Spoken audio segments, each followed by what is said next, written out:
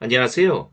이 땅에 예술에 대한 통합된 그리스도교 관점을 소개하고 나누기 위해 기독교 대한 선교교회 소금빛교회에서 설립하고 후원하는 파이미니스트리 포예오 연구소 제공 2026 아름다움의 중요성 13번째 나눔을 시작하겠습니다. 오늘 저희는 이 수업에서는 그러니까 데이빗 교수님이 진행했던 수업 일정 중에서는 세 번째 날 수업이었던 근대와 동시대의 아름다움에 대해서 저희가 먼저 함께 이야기를 나누기 시작하겠습니다. 그래서 일단 세 번째 강의를 이제 데이빗 교수님이 시작하면서 이 시편 145편을 읽으면서 이제 주님의 말씀을 묵상하고 이제 시작하는데요. 우리 한번 유진 피터스 목사님이 번역했던 메시지 성경에 기록되어 있는 시편 145편을 우리 함께 이 시간 먼저 같이 들으며 주님의 말씀을 들으며 우리 오늘 나눔을 시작하겠습니다. 오 왕이신 제 하나님, 찬양으로 주님을 높여 드립니다. 영원토록 주님의 이름을 찬송합니다. 날마다 주님을 찬양하고 지금부터 영원까지 찬송합니다. 하나님은 위대하시니 찬양을 아무리 드려도 부족하신 분 그분의 위대하심 끝이 없습니다. 대를 이어 주께서 행하신 일을 경외하고 세대마다 주님의 위엄을 전합니다. 모두가 주님의 아름다움과 위엄을 이야기하고 저는 주님의 기적들의 곡을 붙입니다. 주께서 행하신 놀라운 일들 대서특필되고 저는 주님의 위대하신 낱낱이 책에 기록합니다.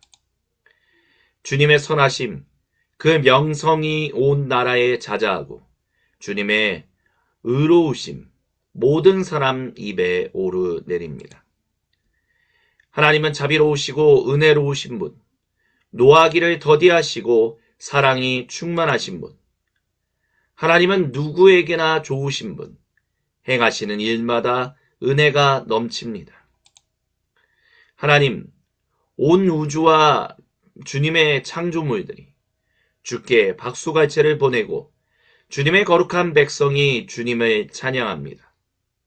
그들이 주님 통치의 영광을 이야기하고 주님의 위엄을 선포합니다. 주님의 권능을 영원토록 세상에 알리고 주님 나라의 찬란한 영광을 알립니다. 주님의 나라는 영원한 나라, 주님의 통치는 중단되는 일이 없습니다. 하나님은 언제나 말씀하신 대로 행하시고 모든 일을 은혜롭게 하십니다. 하나님은 불행한 이들을 도우시고 삶을 포기하려는 이들에게 새 출발을 허락하십니다. 모든 눈이 앙망하여 주님을 바라볼 때 주님은 그들에게 때맞춰 먹을 것을 주십니다. 주님은 지극히 너그러우셔서 모든 주님의 창조물에게 어김없이 은혜를 베푸십니다. 하나님이 행하시는 일은 무엇이나 옳고 그분의 모든 일은 사랑으로 이루어집니다. 하나님은 기도하는 모든 이들에게 귀 기울이시고 기도하는 모든 이들과 진심으로 함께 하십니다. 그분을 경외하는 이들에게 가장 좋은 것 행하시고 그들이 부르짖을 때 귀 기울여 듣고 구원해 주십니다. 하나님은 그분을 사랑하는 이들의 곁을 지키시지만 그분을 사랑하지 않는 자들은 모두 끝장내십니다. 내 입이 끊임없이 하나님을 찬양하니 살아있는 모든 것은 그분을 찬양하고 그 거룩하신 이름을 찬양합시다.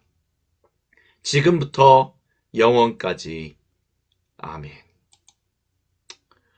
락지오 디비나와 관련해서 저번에도 한번 말씀을 드렸지만 먼저 들은 다음에는 10초 동안 침묵 가운데 묵상합니다. 그리고 두 번째 듣고 난 다음엔 1분 동안 침묵 가운데 묵상하고요. 세 번째 듣고는 주님께 기도하는 일을 합니다. 저희가 이것을 실제로 만나서 이 나눔을 같이 진행했다면 이 락치오 디비나를 같이 이렇게 진행했을 것 같습니다.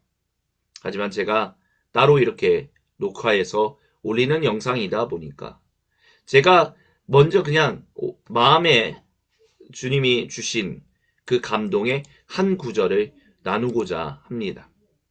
그 구절은 바로 주님은 영원히 아름다우시다라는 것입니다.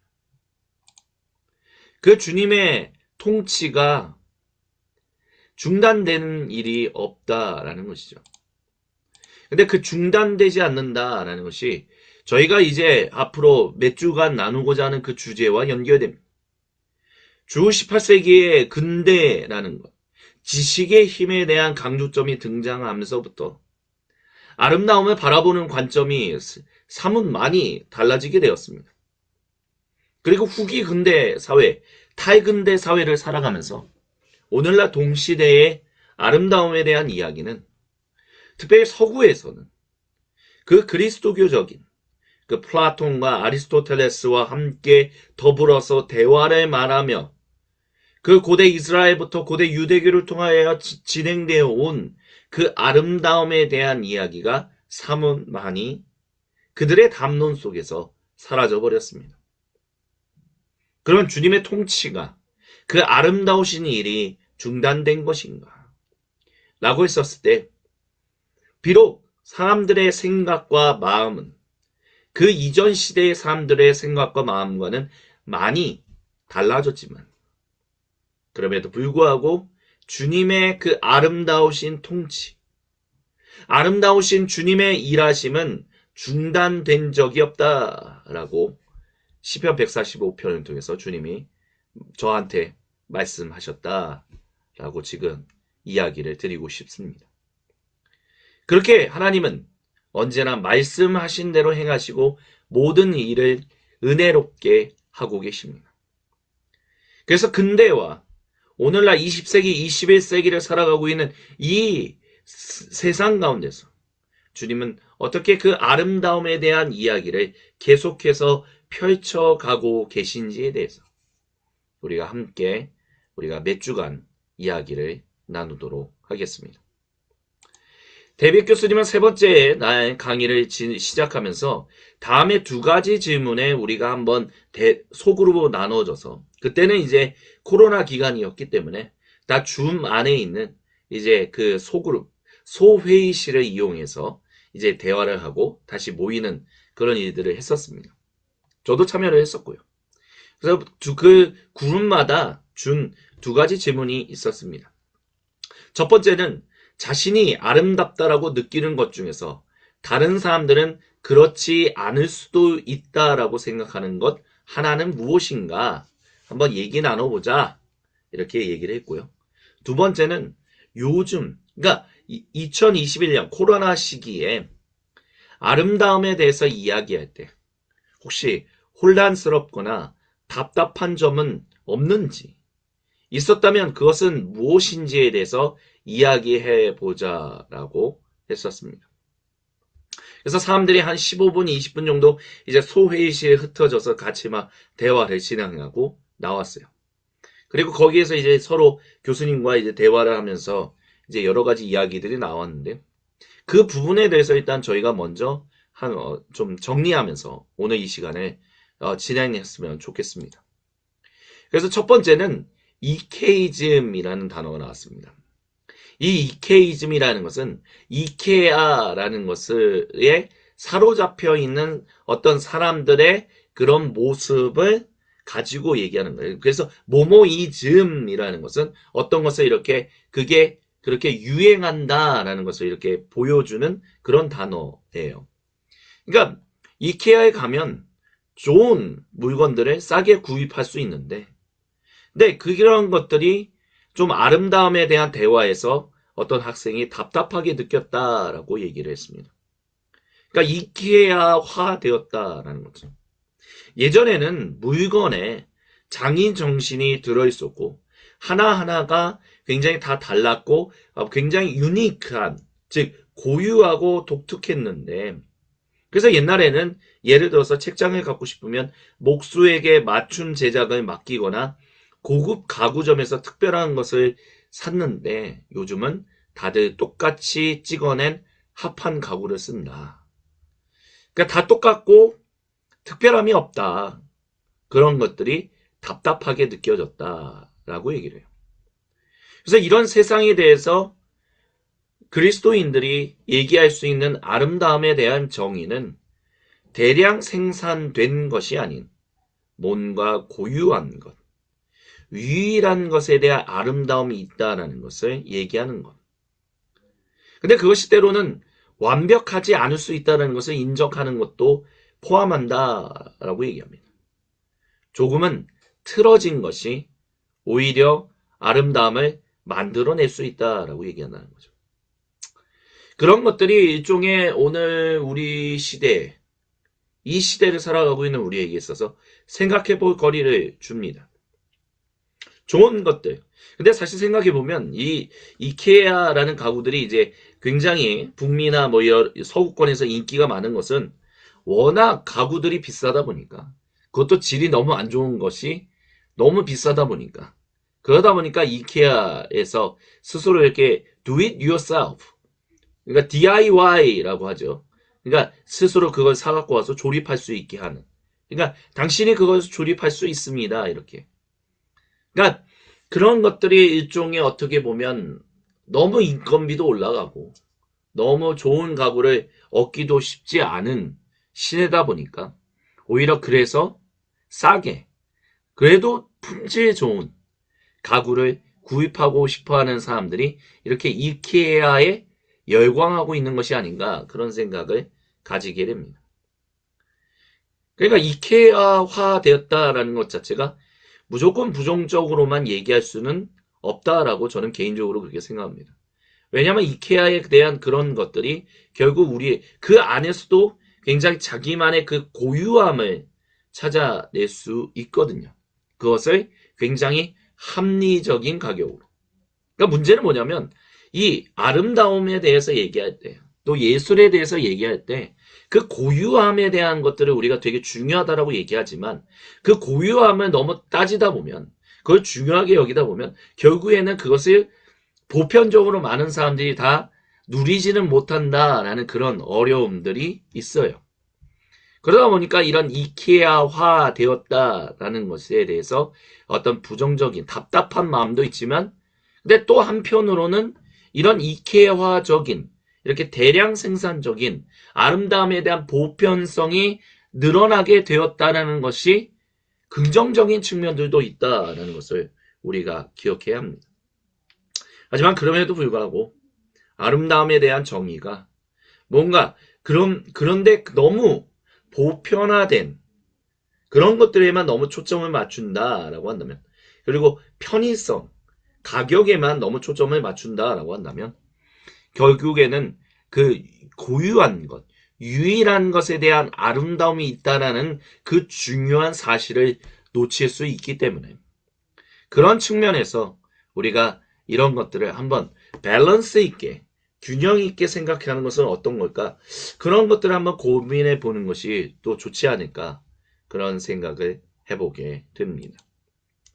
두 번째로 나왔던 대화는요. 다양한 아름다움에 대한 정의였습니다.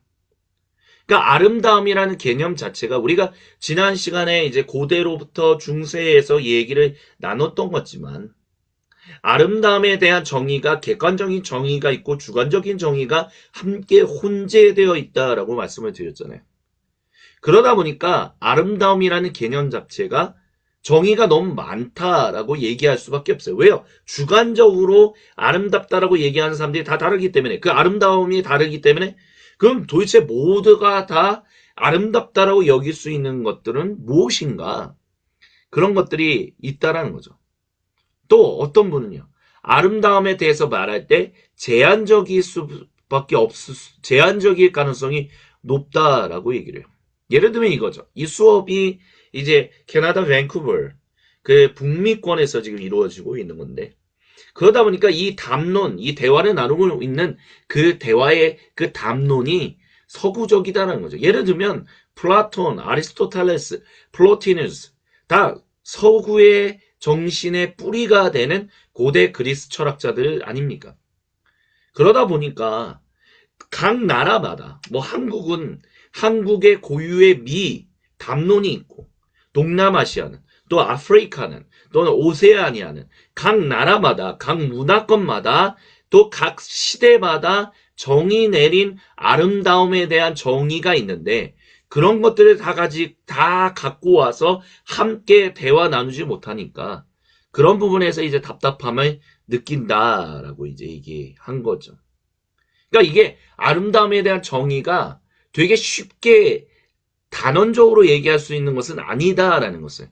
그것이 꼭 서구에만 국한하는 것이 아니라 동양이든 오세아니아든 각 문화권으로 확장시키면 더 많이 어렵다라는 것을 얘기할 수밖에 없을 것입니다. 우리나라를 한번 생각해 보죠. 우리나라에 있어서 고유한 아름다움의 미가 무엇입니까? 조선시대와 고려시대가 추구했던 아름다움에 대한 그 미적 담론이 달라요. 그래서 고려시대 때는 뭐 예를 들면 우리가 그렇게 배웠죠. 청자. 되게 좀 더 빛깔이 화려하고 아름답다면 조선시대 때는 백자. 그래서 뭔가 좀 더 수수하고 좀 더 심플하고 그렇게 이것도 굉장히 단순화시켰죠. 고려시대와 조선시대에 가지고 있는 그 아름다움에 대한 미가 이렇게 단순화시킬 수는 없거든요. 그러니까 한 나라 안에서도 한 문화권 안에서도 발전되어 오고 이렇게 바뀐 아름다움에 대한 개념에 대한 담론의 이해가 이렇게 다양한데 전 세계의 이야기를 우리가 다 가지고 할 수 있는가? 쉽지 않다는 거죠. 그러다 보니까 이 아름다움에 대해서 과연 우리가 어떻게 얘기를 진행해야 할 것인가 라는 그런 막연한 어려움을 우리가 경험하게 될 것입니다. 그러다 보니까 이제 질문 되는 것은 결국 모든 사람들이 다 가지게 되는 보편적인 그 아름다움의 보편성에 대해서 우리가 과연 발견할 수 있을 것인가 라는 것. 근데 중요한 거는요. 오늘 저희가 이 아름다움의 중요성에서 나누고자 하는 중요한 핵심 중에 하나는 꼭 정의를 내리지 않아도 된다라는 거예요. 꼭 아름다움에 대한 보편성을 찾아내야 한다라는 것을 얘기하는 게 아니에요. 데이빗 교수님도 이 수업을 통해서 결국 학생들이 발견하고자 하는 것은 무엇이냐면 아름다움에 대한 이야기들이 이렇게 굉장히 복잡하다라는 거. 하지만 그만큼 풍성하다라는 거죠. 이게요. 저희가 보편적으로 정의를 내린다라고 하면 이게 쉽게 내가 외울 수 있고 쉽게 이해하겠지 뭐 이렇게 하지만 결국 그것은 그 풍성함을 다 걷어내고 그냥 한 부분만 담아낸다라고 얘기할 수밖에 없어요. 그렇기 때문에 우리가 뭐 어떤 것에 대해서 얘기를 나눌 때 꼭 보편적인 정의를 내려야 한다라는 것에 사로잡히면 그 안에 담겨있는 수많은 그 풍성한 그 것들을 다 걷어낼 가능성이 높다라는 거죠. 근데 그러지 않아도 된다라는 거예요. 아름다움에 대한 다양한 정의에 대해서 있다라는 것을 얘기 나누는 것만으로도 우리는 이렇게 세상이 하나님의 오색빛깔 찬란함으로 가득하구나라는 것을 인정하게 된다라고 얘기할 수 있습니다. 그러니까 우리가 꼭 뭐 아름다움은 뭐 서구적으로 또 동양적으로 오세아니아적으로 유럽적으로 뭐 아니면 뭐 북미권, 남미권 이런 식으로 정의 내릴 필요가 없는 거죠. 어떤 문화가 다른 문화를 도미네이트 이거를 우세화시킬 수 없다라는 것처럼 우리는 거기서 그 아름다움의 그 원형이신 하나님을 발견하면 돼요.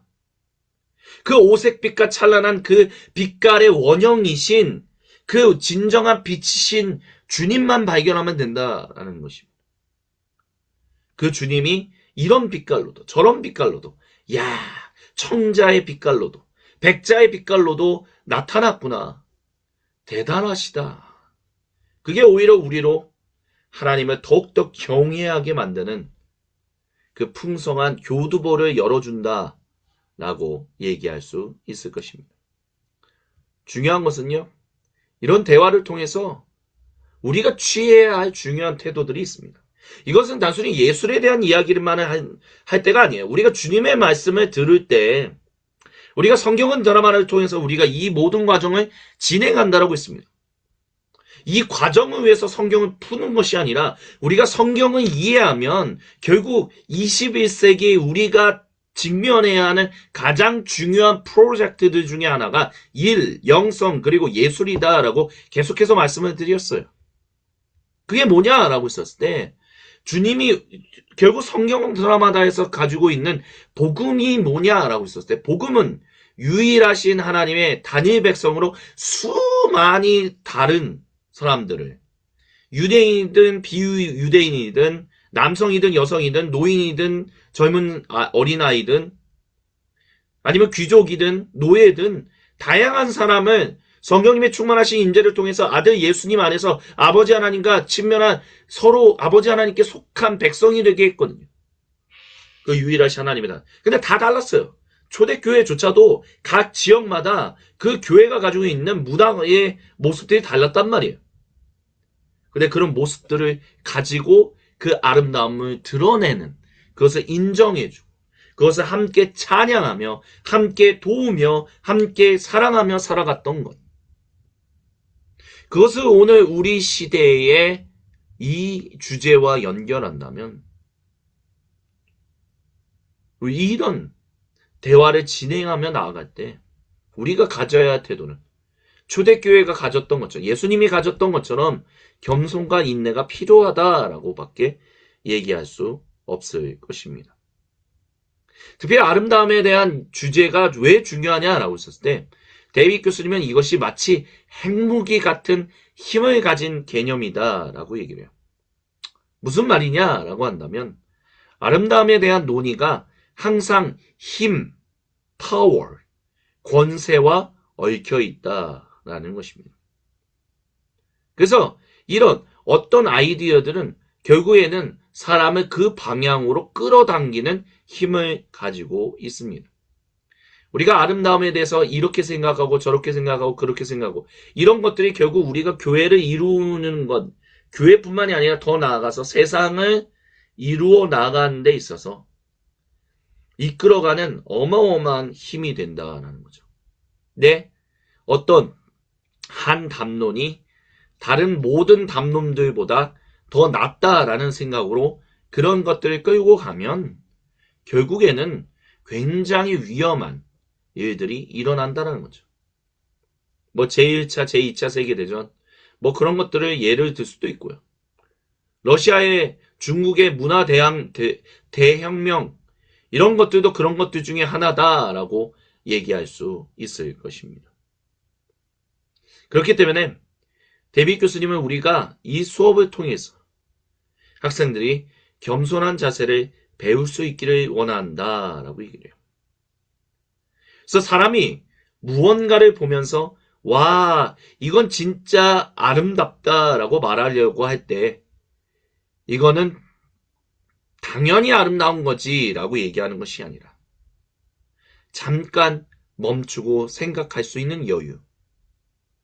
도대체 어떻게 그런 아름다움에 대한 것들이 어떠한 배경 속에서 어떠한 문화를 통해 어떠한 시대를 거쳐서 이런 것들이 형성되어 왔는가라는 것을 생각해 볼 수 있는 그런 게 있었으면 좋겠다라고 얘기합니다. 그러면서 데이빗 교수님이 마마이트 비유를 다시 얘기를 해요. 마마이트가 뭔지 다시 한번 말씀해 드릴게요. 영국에서 아주 유명한 이제 이스트 추출물로서 이제 빵에 아주 얇게 발라먹는 이제 잼 같은 스프레드예요. 검은색이죠. 저는 정말 싫어합니다. 맛이 없어요. 너무 떫고 맛이 없어요. 그래서 이제 맥주 양조 후에 남은 효모로 하는데 이게요 매우 짜고 쌉싸름하면서 감칠맛이 강하다 뭐 이렇게 얘기하거든요. 근데 이 마마이트와 관련해서 많은 사람들이 그렇게 얘기합니다. Love it or hate it. 이게 마마이트의 가장 중요한 슬로건이에요. You either love it or hate it. 당신이 이걸 좋아하든지 아니면 정말 싫어하든지 둘 중 하나다라는 거예요. 중간이 없어요, 마마이트는. 제가 이거를 영국에 있을 때도 참 노력을 많이 했거든요. 워낙 맛있게 먹으니까. 근데 저 개인적으로는 참 맛이 없어요. 근데 영국 사람들은 이게 참 맛있다. 그래서 저는 이게 음식인가? 라고 하는데, 이거는 어렸을 때부터 먹고 자라는 사람들은 강한 애착을 가져요. 우리나라 사람들에게는 있어서는 뭐가 있을까요? 된장, 고추장, 쌈장. 쌈장은 뭐 왜? 외국 사람들도 잘 먹으니까.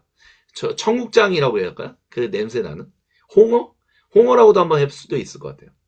어렸을 때부터 홍어 먹고 자라신 분들, 어렸을 때부터 청국장 먹고 자란 분들은 엄청 애착을 가지죠. 근데 외국 사람들이나 아니면 같은 문화권에 있는 한국 사람들도 홍어, 삭힌 홍어를 먹어본 적이 없으면 맛이 없다라고 했고요. 아니, 왜 그게 맛있지? 이렇게 하는.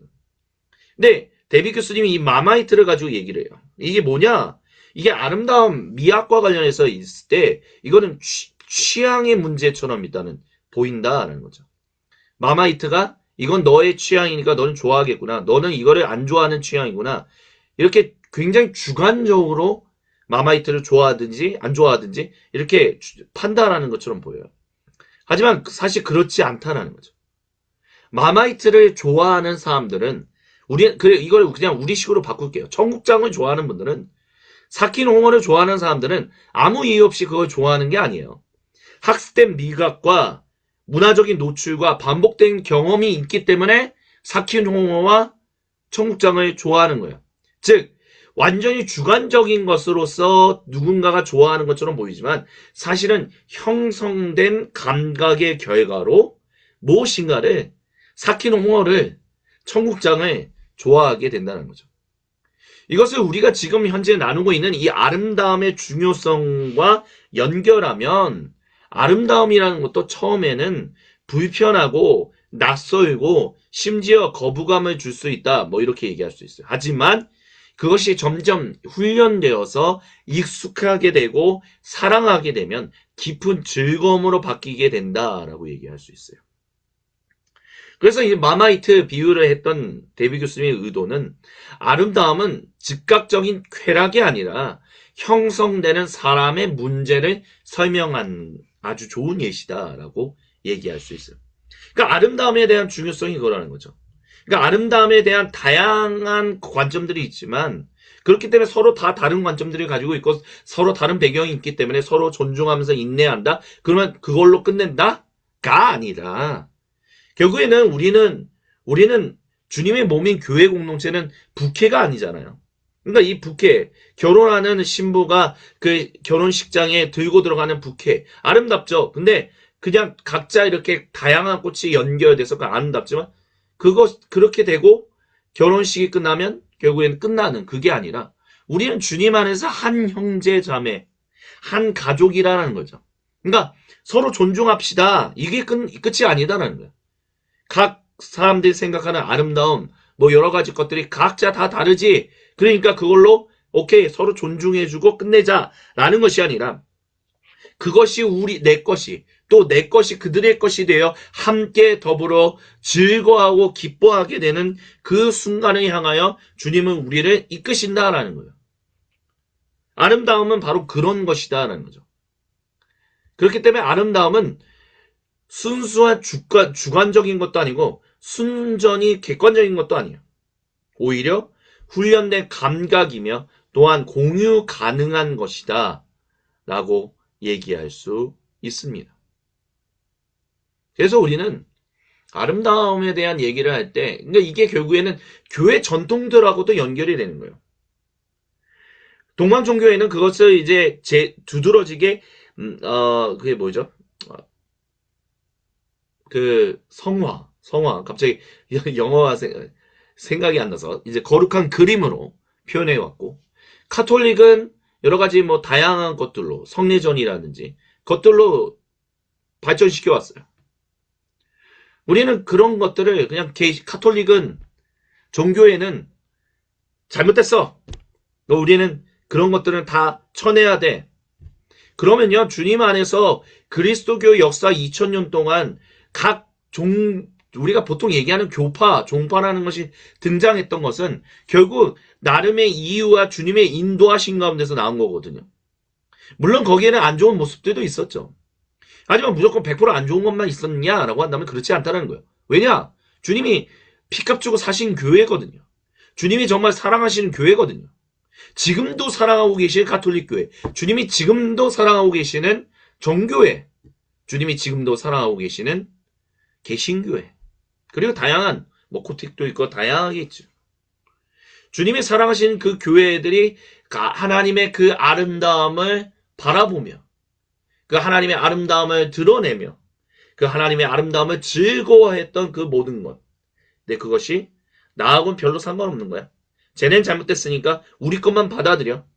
이런 식의 접근이 과연 유일하신 하나님의 단일 백성이라는 그 복음의 결과를 오늘 21세기 안에서 만들어낼 수 있을 것이냐 라고 했을 때는 못 만들어낸다라는 거죠. 그렇기 때문에 우리가 주님 안에서 한 형제와 한 자매라는 것을 정말 진지하고 정말 심각하게 고려하며 살아가고자 한다면 우리가 어떻게 해야 한다라고 한다면 배워야 한다라는 거예요. 알아야 한다는 거죠. 그리고 훈련되어야 한다는 거예요. 주님이 그들을 주님의 백성이라고 여기신다면 우리도 그들을 주님의 안에서 한 가족이다라고 인정해야 한다는 거죠. 주님이 인정하시는데 내가 인정하지 않는다는 게 말이 안 되잖아요.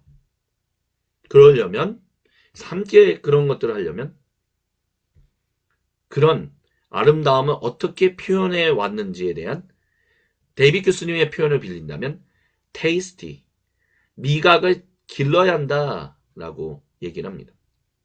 그래서 이런 부분에 있어서 영적 훈련과 영성 훈련과 습관과 실천이 있다라고 데이빗 교수님은 이야기해요.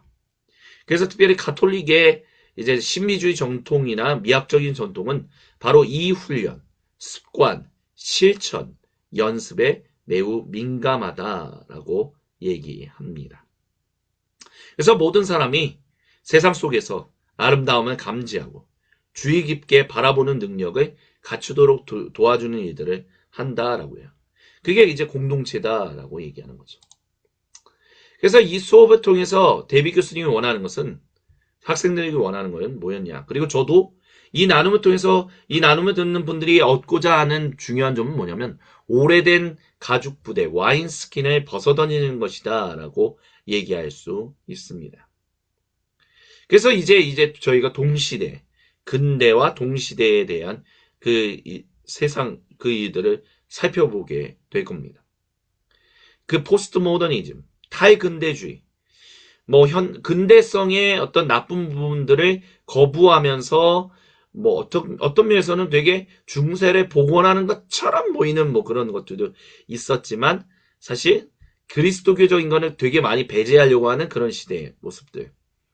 이런 시대 가운데서 우리는 어떻게 이런 아름다움에 대한 이야기에 참여할 수 있을 것인가. 왜냐하면 교회도 수많은 아름다움을 드러내거든요. 우리 개신교회 정말 큰 초대형 교회들 보십시오. 정말 오케스트라 해가지고 정말 찬양하는데 정말 그 예배당의 그 어마어마한 벽면에 1, 2층을 쫙 세워가지고 어마어마하게 화려하게 그냥 칸타타를 한다든지 아니면 연세중앙교회 한번 생각해 보세요. 연세중앙교회는 그 온 예배당 전석의 성도들이 다 그 성가에 참여하는, 그래서 부활절이나 성탄절에 그런 일들을 하지 않습니까? 교회는 지금도 계속해서 아름다움에 대한 하나님의 아름다움을 세상이 알 수 있게 하는 그런 아름다움을 드러내는 일들을 계속해서 하고 있거든요. 그게 꼭 초대형 교회만 그렇게 하는 것은 아니에요. 작은 교회들도 그 일들을 합니다. 미자립이라고 해서 그 일을 못한다라고 얘기할 수는 없어요. 왜요? 그 안에서 형성하고 있는 모든 것들이 하나님의 아름다움을 드러내는 어떤 구체화된, 구현화된 것들이기 때문에 그렇습니다. 밥 먹는 것이 그럴 수도 있고요. 하다못해 어떤 수저를 쓰냐, 어떤 젓가락을 쓰냐, 아니면 어떤 그릇을 쓰냐, 아니면 어떤 음식을 대접하느냐, 이런 것들도 그런 것과 연결되는 한 부분이다 라고 얘기할 수 있을 것입니다. 그래서 저희가 이 나눔을 통해서 계속해서 하고자 하는 것, 우리 시대의 아름다움에 대한 이야기를 나누는 것이 중요하구나. 이것이야 주님의 정말 진실한 아름다움을 드러내는 그런 것과 긴밀하게 연결되어 있구나. 근데 우리만 그런 것을 드러내는 것이 아니라 수많은 사람들이 정말 다양하게 각 시대별로 지역별로 다양하게 만들어냈구나.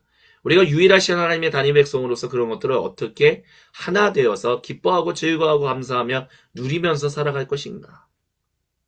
그런 일들에 대한 대화 시작이 이 나눔을 통해서 우리 안에서 일어날 수 있었으면 참 좋겠다라는 생각을 가집니다. 예, 그래서 오늘 저희는 이제 세 번째 날, 그러니까 이 수업이 진행됐던 일주일을 비교한다면 그 일주일의 세 번째 날, 첫 번째 강의였던 근대와 동시대의 아름다움에 대해서 첫 번째로 함께 이야기를 나눴습니다. 계속해서 다음 이 시간에 저희가 근대와 동시대의 아름다움 두 번째로 계속해서 이 이야기를 진행하도록 하겠습니다. 지금 이 시간까지 함께 해주신 모든 분들께 감사를 드립니다. 안녕히 계십시오.